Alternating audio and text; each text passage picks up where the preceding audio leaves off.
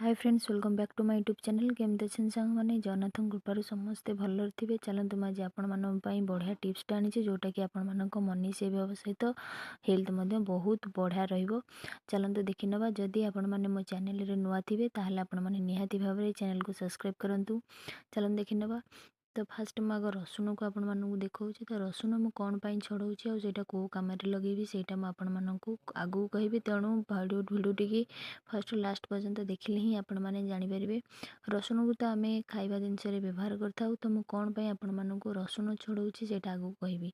तो आपण मैंने जानते बर्तमान शीत दिन तो बहुत मशा देखिए घर मानक रही था।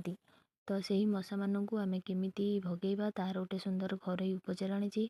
आपण मैंने तो साधारणतः मशा हेले गुड नाइट लगाऊे, मशा कॉइल लगाऊे। आजिकल तो मार्केट में मशा को भगाइवाई बहुत केमिकल युक्त जिनस मार्केट रे मिलूँ। तो से ही जिनस को आम केमी आभोड करी आम घर उपाय मशा को घर बाहर करवा तार गोटे सुंदर सल्यूशन मुझे आनी। तेणु से मोर रसुण से दरकार। तो रसुण को मुझे कौन कर तार चोपा को प्रथम छड़ाऊँगी। तो रसुण तो चोपा को आम अदरकारी भाव फिंगी दूसरे। तो से ही रसुण चोपार आम सुंदर जिनसटे बनइबा जोटा कि आम घर को मशा कि माछी कहीं भी आसबे ना।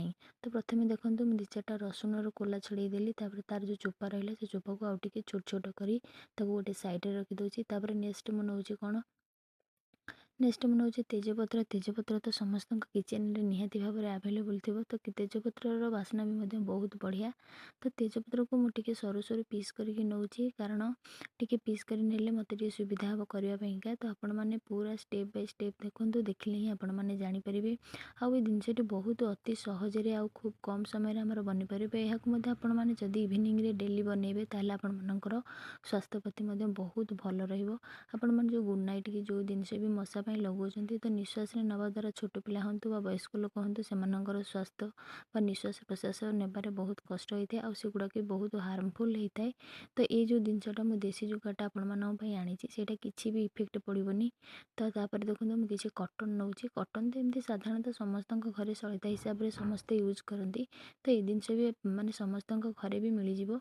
तो ताकू देखो टिके नाकू स्प्रेड करदे। तो जो जिनस को आम ये रसुण चोपा आउ तेजपत्र को जो आम काटिकी रखी तो ताकू आम ताधे दबा।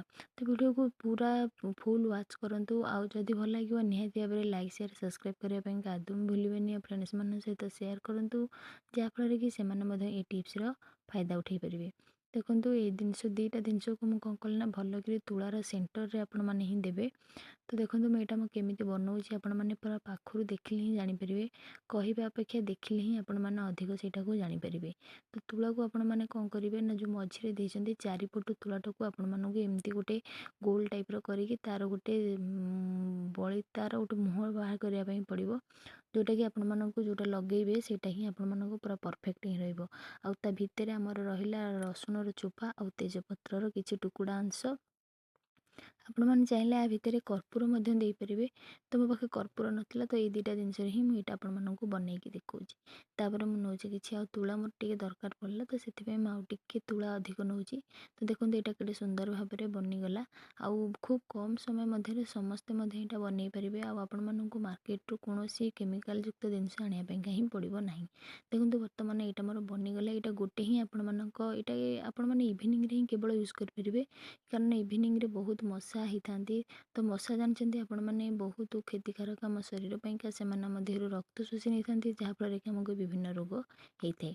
तो देखो तापर मुझे किसी नवरत्न तेल नौची। नवरत्न तेल ये नौ कि नवरत्न बहुत जिनस मिसिकी नवरत्न तेलटा आमर बनी थाए बहुत जड़ी बूटी मिसिकी। तो आपण मैंने देखो नवरत्न तेलर बास्नाटा आपण मैंने जानते बहुत बढ़िया। आ तार जदि आम तेल आम जदि सलिता लगेबा तो आम देखो आम घर कोण अनुकोण ये धूआं जाकि मशा जो भी रे से आराम से पलैबे।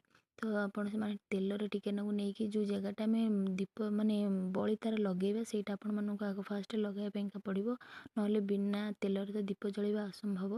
देखो मुझे केते सुंदर भाव में बनई देली।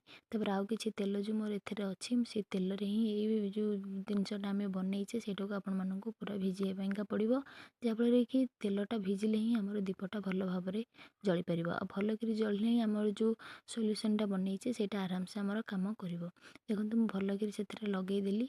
ତାପରେ ଆପଣମାନେ ଡିଆସିଲ୍ ମାରିକି ଆପଣମାନଙ୍କୁ ପୁରା ପାଖରୁ ଦେଖେଇବି, ଯେଉଁଟାକି ଆପଣମାନେ ଦେଖିଲେ ହିଁ ଘରେ ଆରାମସେ କରିପାରିବେ। ଆଉ ଏହି ଧୂଆଁ ବହୁତ ଭଲ, ଆଉ ଆପଣମାନେ କେବେ ବି ଭାବିବେନି ଖରାପ ବୋଲି। ଆଉ ତେଜପତ୍ରର ବାସ୍ନାଟା ବହୁତ ବଢ଼ିଆ, କିନ୍ତୁ ମଶାମାନଙ୍କୁ এই ବାସ୍ନାଟି ଆଦୌ ଭଲ ଲାଗିନଥାଏ। ତେଣୁ ସେମାନେ ଘର ଛାଡ଼ିକିରି ଚାଲିଯିବେ ଆଉ ଘରକୁ ଆସିବେ ନାହିଁ। ଫଳରେ ଆମ ଘରଟା ବହୁତ ସେଫ୍ଟି ରହିବ। ଆଉ ଆପଣମାନେ ସନ୍ଧ୍ୟାବେଳେ ଜାଣିଥିବେ ପିଲାମାନଙ୍କୁ ପାଠ ପଢ଼ିଲା ବେଳେ ବା ବସିଲା ବେଳେ ଆପଣମାନଙ୍କୁ ବହୁତ ହଇରାଣ ହେଉଥିବ ମଶା ସକାଶେ, କିନ୍ତୁ ଆପଣମାନେ ଏହି ଟିପ୍ସଟି କରନ୍ତୁ। ଆପଣମାନଙ୍କୁ ଗୋଟେ ପଇସା ବି ଖର୍ଚ୍ଚ କରିବା ପାଇଁକା ପଡ଼ିବନି, କି ଆଉ କଏଲ୍ ବି ଆପଣମାନଙ୍କୁ ଆଣିବା ପାଇଁ ପଡ଼ିବନି, ଯେଉଁଟାକି ବହୁତ କ୍ଷତିକାରକ ହେଇଥାଏ ଛୋଟଠୁ ବଡ଼ ପର୍ଯ୍ୟନ୍ତ। ତାପରେ ଦେଖନ୍ତୁ, ଯେହେତୁ ଆମେ ତେଲ ସଫିସିଏଣ୍ଟ ଦେଇଛେ, ତେଣୁ ଦୀପଟା ଦେଖନ୍ତୁ ଆମର କେତେ ସୁନ୍ଦର ଭାବରେ ଜଳୁଛି। ଦୀପ ଜଳିବା ସହିତ ତା ଦେହରେ ମଧ୍ୟ ଧୂଆଁ ବି ଯାଉଛି। ଏଇଟା ଆପଣମାନେ ଘରର ସବୁଆଡ଼େ ମଧ୍ୟ ବୁଲେଇ ପାରିବେ।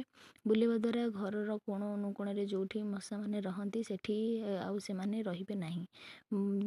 ରସୁଣର ମଧ୍ୟ ଗୋଟେ ବ୍ୟାଡ଼୍ ସ୍ମେଲ୍ ଆସିଥାଏ, ଯେଉଁଟାକି ମଶାମାନଙ୍କୁ ବହୁତ କ୍ଷତିକାରକ କରିଥାଏ। ସେମାନେ ଘରକୁ ପଶିବା ପାଇଁକା ଜମା ବି ସାହସ କରି ନଥାନ୍ତି।